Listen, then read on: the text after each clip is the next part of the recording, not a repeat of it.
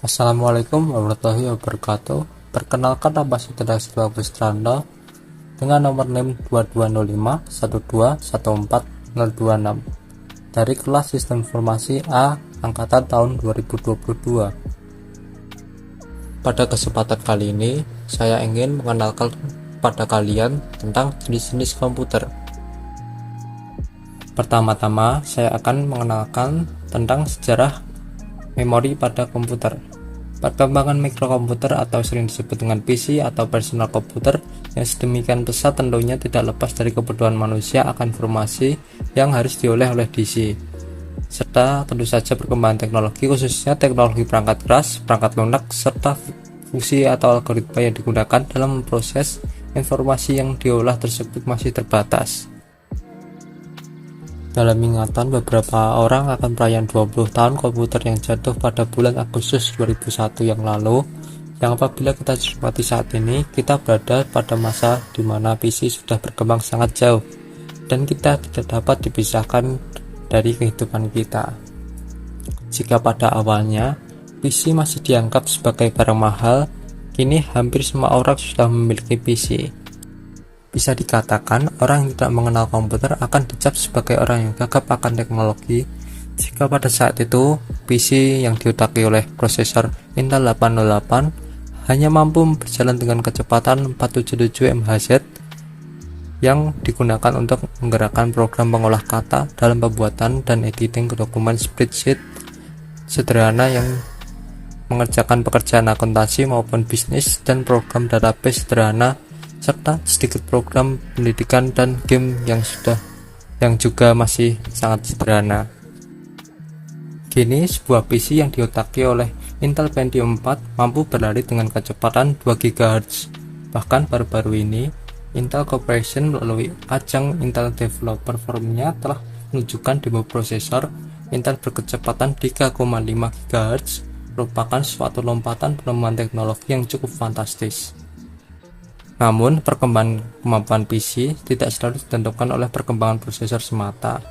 Masih ada banyak faktor lainnya seperti teknologi chipset, memori, kartu VGA, perangkat media simpan, dan sebagainya. Perkembangan kemampuan prosesor yang sebesar tentunya harus diimbangi dengan peningkatan kemampuan memori sebagai penampung data atau informasi yang dibutuhkan oleh prosesor sekaligus sebagai penampung hasil dari perhitungan yang dilakukan oleh prosesor. Kemampuan memori dalam mengelola data tersebut sangatlah penting. Percuma jika sebuah sistem PC dengan prosesor yang berkecepatan tinggi apabila tidak diimbangi dengan kemampuan memori yang tidak sepadan. Ketidaktepatan perpaduan kemampuan prosesor dengan memori yang dapat menyebabkan inefisiensi bagi keduanya. Katakanlah jika kita memiliki prosesor yang mampu mengolah arus data sebanyak 100 instruksi per detiknya, sementara kita memiliki memori dengan kemampuan menyalurkan data ke prosesor sebesar 50 instruksi per detiknya, lalu apa yang akan terjadi? Yaitu sistem akan mengalami bottleneck dan prosesor harus menunggu data dari memori instruksi yang seharusnya dapat dikerjakan dalam waktu 1 detik menjadi 2 detik karena kemampuan memori yang terbatas. Lalu kita lanjut dengan pengertian memori. Memori adalah pusat dari operasi pada sistem komputer modern, di mana memori berfungsi sebagai tempat penyimpanan informasi, program, dan data yang harus diperlukan untuk mengoperasikan komputer. Memori ialah array besar dari word atau byte, atau dengan kata lain disebut dengan alamat. CPU mengambil instruksi dari memori berdasarkan nilai dari program komputer. Pengelolaan memori utama sangat penting untuk sistem komputer. Hal ini tersebut dikarenakan pentingnya untuk memproses dan fasilitas masukan atau keluaran secara efisien, sehingga memori dapat menampung banyak mungkin proses dan sebagai upaya agar pemproses atau proses tidak dibatasi kapasitas memori fisik di sistem komputer. Memori dibagi menjadi dua, yaitu memori eksternal dan memori internal. Memori internal ialah memori yang dapat diakses secara langsung dengan prosesor. Memori internal memiliki fungsi sebagai pengingat. Dalam hal ini, disimpan di dalam memori utama berupa data atau sistem operasi, yang termasuk sebagai memori internal diantaranya yaitu RAM atau Random Access Memory. Merupakan salah satu memori primer atau memori utama yang dapat diakses langsung oleh CPU secara cepat. RAM tersendiri tergolong sebagai memori volatile sehingga data yang ada di dalamnya bisa hilang jika aliran listrik dimatikan. Oleh sebab itu, perangkat ini sering disebut dengan penyimpanan data sementara. Lalu yang kedua ada ROM atau Read Only Memory. Hampir sama seperti dengan RAM, namun perangkat ini dapat diakses secara langsung oleh CPU dan termasuk memori utama. Namun ROM memiliki sifat non-volatile sehingga data tetap tersimpan meski tidak ada daya sekalipun. Sebagai memori read-only, data ROM hanya dapat dibaca alias tidak dapat dimodifikasi. ROM sendiri memiliki beberapa jenis, yaitu diantaranya PROM, yaitu Programmable Read-Only Memory. Jika isi ROM ditentukan oleh vendor, ROM dijual dalam keadaan kosong dan kemudian dapat diisi kembali dengan program oleh pemakai. Setelah diisi dengan program, isi ROM tidak dapat dihapus atau bersifat permanen dan digunakan untuk menyimpan program bahasa mesin yang sudah menjadi bagian hardware atau perangkat keras komputer. Contohnya adalah program menstart komputer ketika komputer baru dinyalakan. Program yang ada di dalam ROM diisi oleh pabrik pembuatnya. Program atau informasi yang telah diisikan akan direkam dan tidak dapat dihapus lagi. ROM jenis kedua yaitu EEPROM. EEPROM atau Erasable Programmable Read-Only Memory berbeda dengan PROM. Isi EEPROM dapat dihapus setelah diprogram. Penghapusan dilakukan dengan cara menggunakan sinar ultraviolet. EEPROM adalah jenis chip memori yang dapat ditulis program secara elektris. EEPROM dapat dihapus bila terkena sinar ultraviolet dan dapat ditulis kembali dengan kembali seperti kesamaannya dengan PROM. Keduanya merupakan jenis ROM, yaitu memori non-volatile. Data yang tersimpan di dalamnya tidak bisa hilang meskipun komputer dimatikan. Alat yang dapat menghapus data dalam EEPROM adalah UV EEPROM Eraser. Yang ketiga yaitu EEPROM, Electrically Erasable Programmable Read-Only Memory.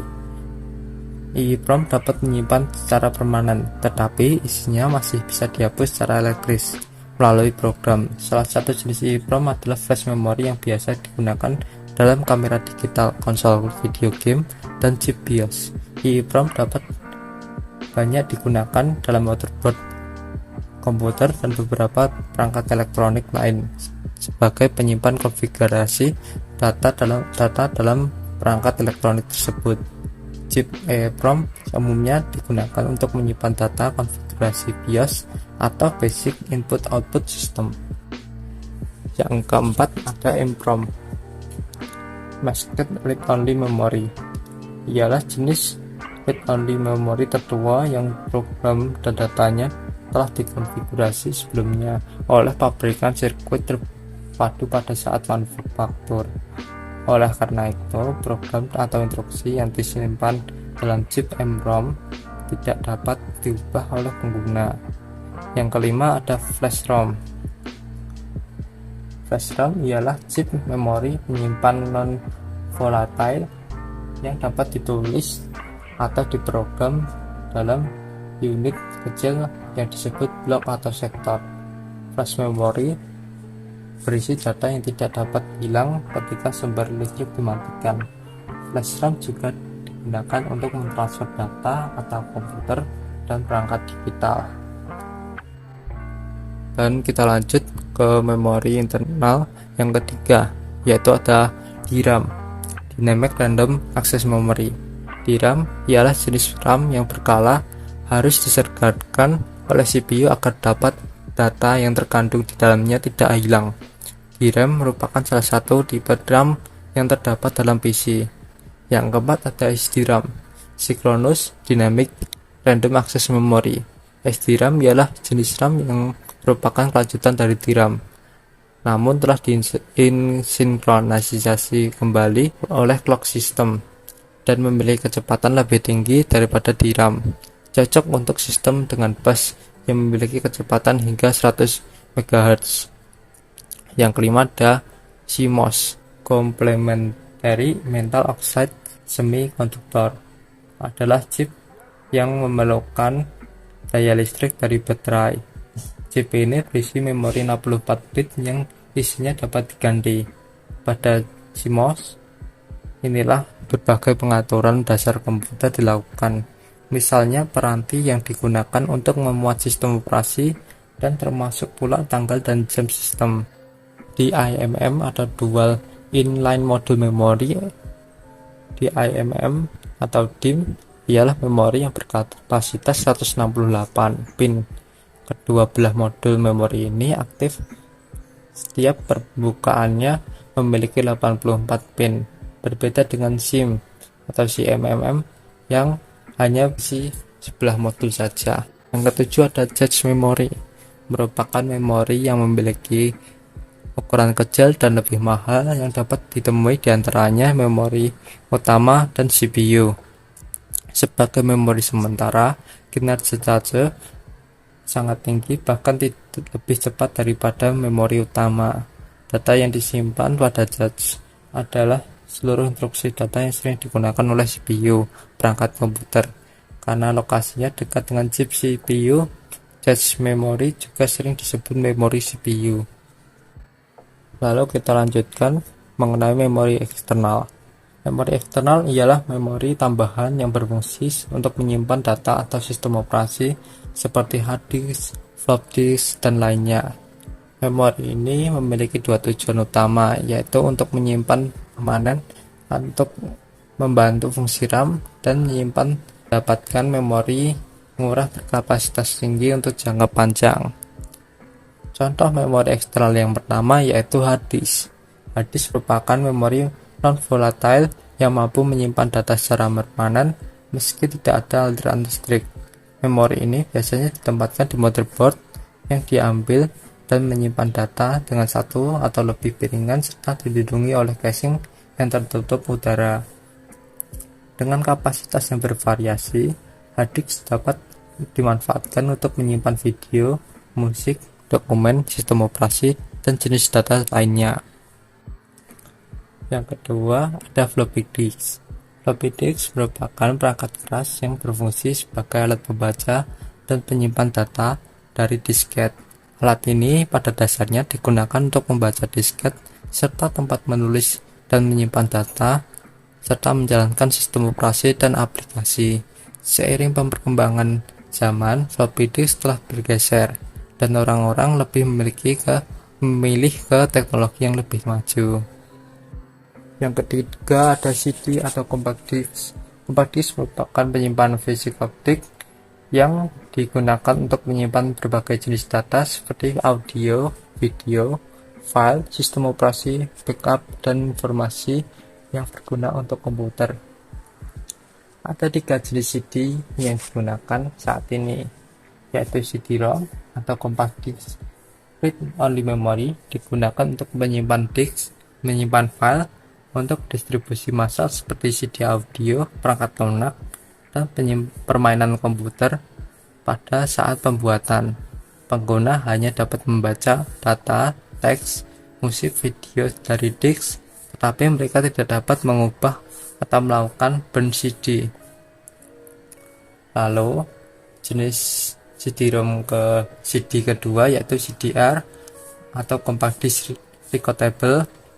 Jenis compact disc CDR yang digunakan untuk menulis satu kali oleh pengguna, setelah itu tidak dapat diubah atau dihapus. Yang ketiga adalah jenis CD-RW.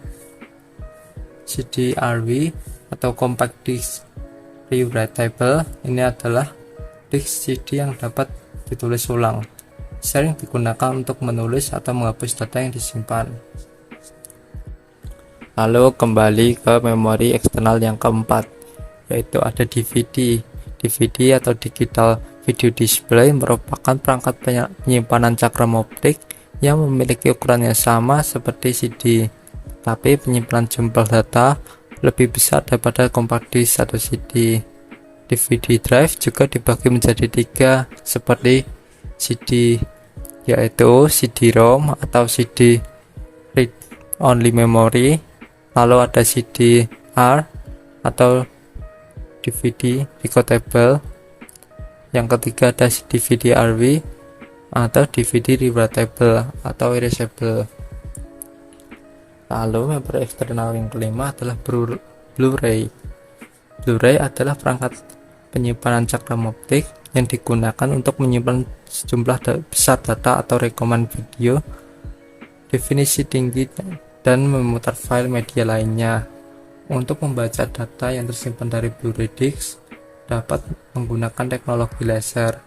Memori sekunder seperti jenis ini dapat menyimpan lebih banyak data dengan kepadatan yang lebih besar dibandingkan dengan CD atau DVD.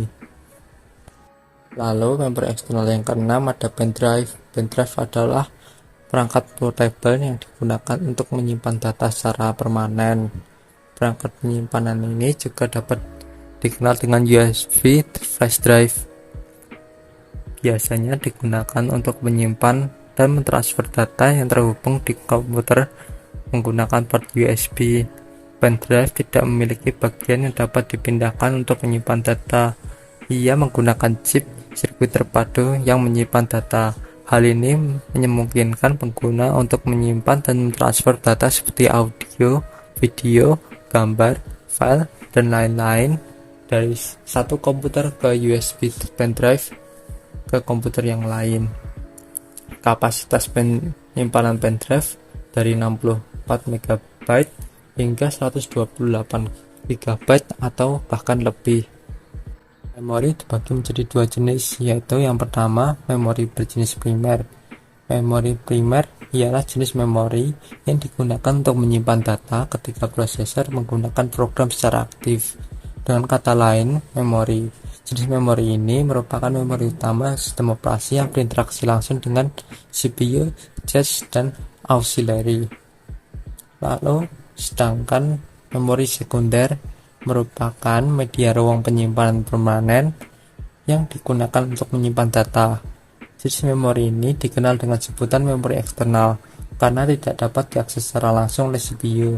Meski harganya relatif murah dan mampu menyimpan data dalam waktu panjang, memori ini umumnya lebih lambat daripada memori primer. Setiap jenis memori memiliki tujuan berbeda. Memori jenis primer memiliki tujuan yaitu sebagai sumber daya yang dialokasikan dan dipakai bersama di antara jumlah proses yang aktif. Yang kedua, dapat melayani banyak proses sekaligus atau multitasking. Lalu yang ketiga yaitu proses seharusnya tidak dapat dibatasi kapasitas memori fisik. Sedangkan tujuan dari memori sekunder yaitu yang pertama, dapat menyimpan berkas secara permanen. Yang kedua, dapat menyimpan program yang belum dieksekusi oleh prosesor. Lalu berikut adalah perbedaan memori primer dengan memori sekunder. Memori primer memiliki fungsi yaitu menyimpan data secara sementara. Sedangkan memori sekunder memiliki fungsi yaitu menyimpan data secara permanen. Memori primer memiliki kecepatan lebih cepat daripada memori sekunder. Memori primer memiliki bentuk seperti RAM.